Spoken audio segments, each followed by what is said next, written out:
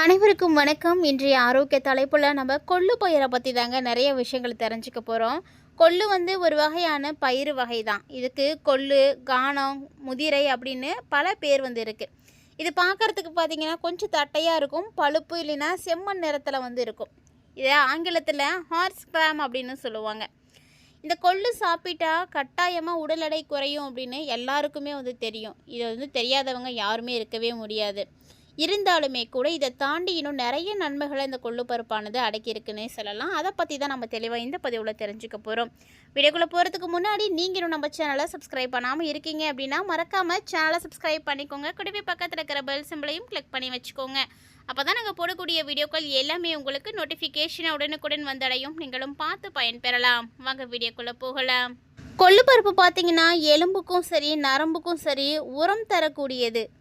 அதனால தான் ரொம்பவே கஷ்டமான வேலையெல்லாம் செய்யக்கூடிய குதிரைக்கு முன்னோர்கள் அந்த காலத்தில் இதை உணவாக கொடுத்துட்ருக்காங்க. குதிரைகள் பல மைல் தூரம் தொடர்ந்து ஓடக்கூடிய சக்தியே அதுவா உண்ணக்கூடிய கொள்ளு பருப்பில் இருந்து எடுத்துக்குது அப்படின்னு சொல்லுவாங்க.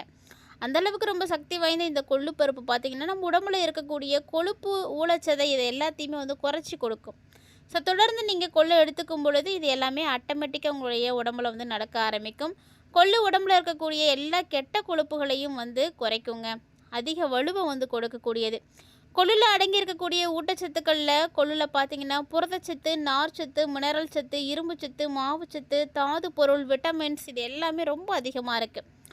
ஸோ இந்த கொள்ளை பார்த்தீங்கன்னா நீங்கள் எப்படி வேணால் எடுத்துக்கலாம். ரசமாக வச்சு சாப்பிட்றது ரொம்ப ரொம்ப நன்மை கொடுக்கும் அப்படின்னு சித்த மருத்துவத்தில் சொல்லியிருக்காங்க. இந்த கொள்ளு ரசம் அடிக்கடி நம்ம உணவில் சேர்த்துட்டு வரும்பொழுது ஆட்டோமேட்டிக்காக உடல் எடையானது குறைய ஆரம்பிக்கும். இரவில் ஒரு கைப்பிடி கொள்ளை எடுத்து தண்ணீரில் ஊற வச்சு காலையில் எழுந்த விட அதை நீங்கள் சாப்பிட்டு வந்தீங்கன்னா ஈஸியாக சீக்கிரமாக வெயிட் லாஸ் பண்ண முடியும். ஸோ வெயிட் லாஸ் பண்ணணும்னு நினைக்கக்கூடியவங்க கொள்ளு பருப்பை உங்களுடைய உணவில் சேர்த்துக்கோங்க. கொள்ளை நம்ம இது மாதிரி தொடர்ந்து எடுத்துகிட்டு வரும் பொழுது நம்முடைய ரத்த அழுத்தம் சீராக இருக்கும். மேலும் சிறுநீரகத்தில் கற்களை சேர விடாமல் தடுக்கும்.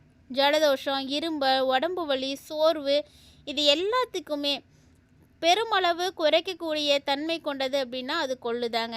கடுமையான உடல் உழைப்புக்கு பின்னாடி ஏற்படக்கூடிய உடல் உடைய அயற்சி, சோர்வு எல்லாத்தையுமே குறைச்சி கொடுக்கும்.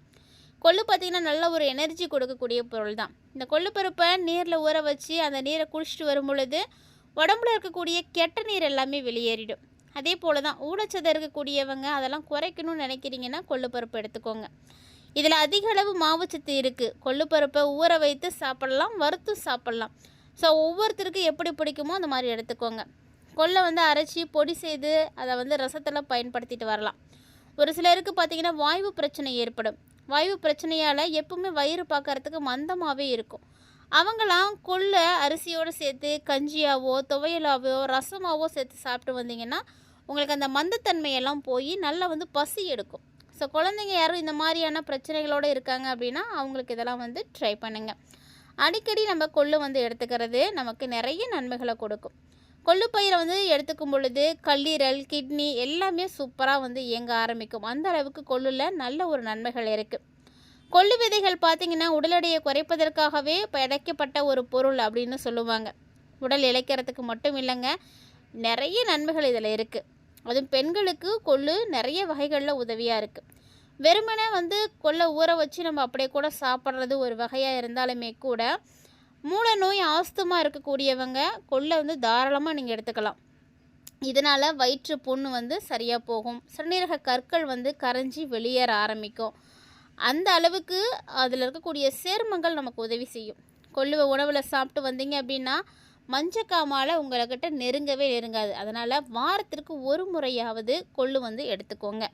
இந்த கொள்ளு பருப்பு பார்த்திங்கன்னா கொழுப்பை எரிக்கக்கூடிய சக்தி நிறைய இருக்குது. அதனால தான் கொளுத்தவனுக்கு கொள்ளு அப்படின்ற பழமொழியே வந்தது. சர்க்கரையை கட்டுப்படுத்துறதுலேருந்து ஆஸ்துமா பிரச்சனை இருக்கக்கூடியவங்க இவங்க எல்லாருமே கொள்ளுவோட மிளகு சேர்த்து கொதிக்க வச்சு குடிச்சிட்டு வாங்க. அது மட்டும் இல்லாமல் முளைக்கட்டி கொள்ளு வச்சு அதை நீங்கள் சாப்பிட்டு வந்தீங்க அப்படின்னா அது இன்னும் பல மடங்கு நன்மைகளை கொடுக்கும். கொள்ளு பருப்பை அரைச்சி நீங்கள் பொடியாக வச்சுக்கிட்டும் பயன்படுத்திக்கலாம். நீரிழிவு நோயாளிகள், பிசிஓடி இருக்கக்கூடியவர்கள் எல்லாருமே கொள்ளு தவறாமல் சாப்பிடுங்க. பொதுவாக பார்த்தீங்கன்னா சுவைகளில் கசப்பும் துவர்ப்பும் தான் அதிக மருத்துவ குணம் கொண்டது அப்படின்னு சொல்லுவாங்க. அந்த வகையில் துவர்ப்பு சுவையை கொண்டது தாங்க இந்த கொள்ளு பருப்பு.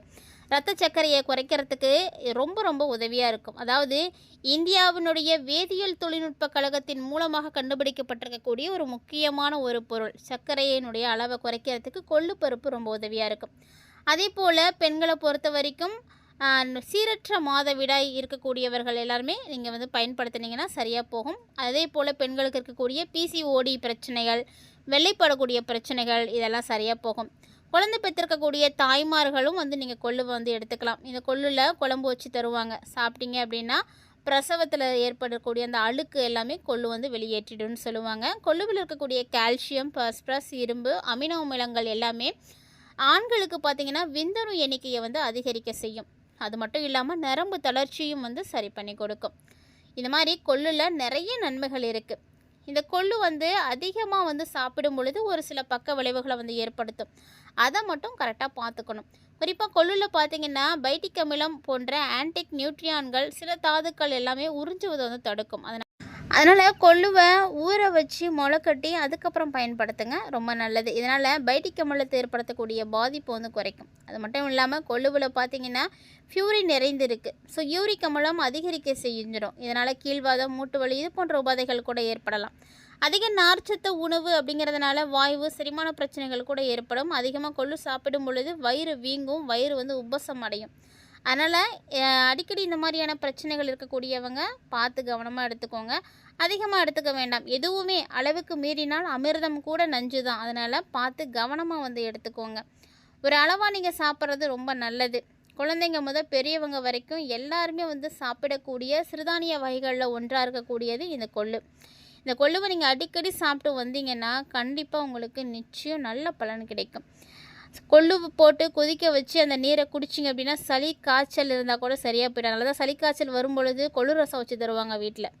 இது அந்த டைமில் நம்ம படுத்திருக்கும் பொழுது உடம்புல வலி ஏற்படும், ஆஸ்துமா, சுவாச பிரச்சனை இதெல்லாம் ஏற்படும். அது எல்லாத்தையுமே வந்து சரி பண்ணி கொடுக்கும். கண்டிப்பாக விந்தணுக்களை வந்து அதிகரிக்க செய்யணும்னு நினைக்கிறவங்க உணவில் அடிக்கடி கொள்ளு எடுத்துக்கோங்க. ஏன்னா இது உங்களுக்கு ரொம்ப ரொம்ப உதவியாக இருக்கும். அதே போல் மலச்சிக்கல் பிரச்சனை இருக்கக்கூடியவர்களும் தாராளமாக எடுத்துக்கலாம். அந்த மலச்சிக்கல் பிரச்சனையும் வந்து சரி பண்ணி கொடுத்துடும்.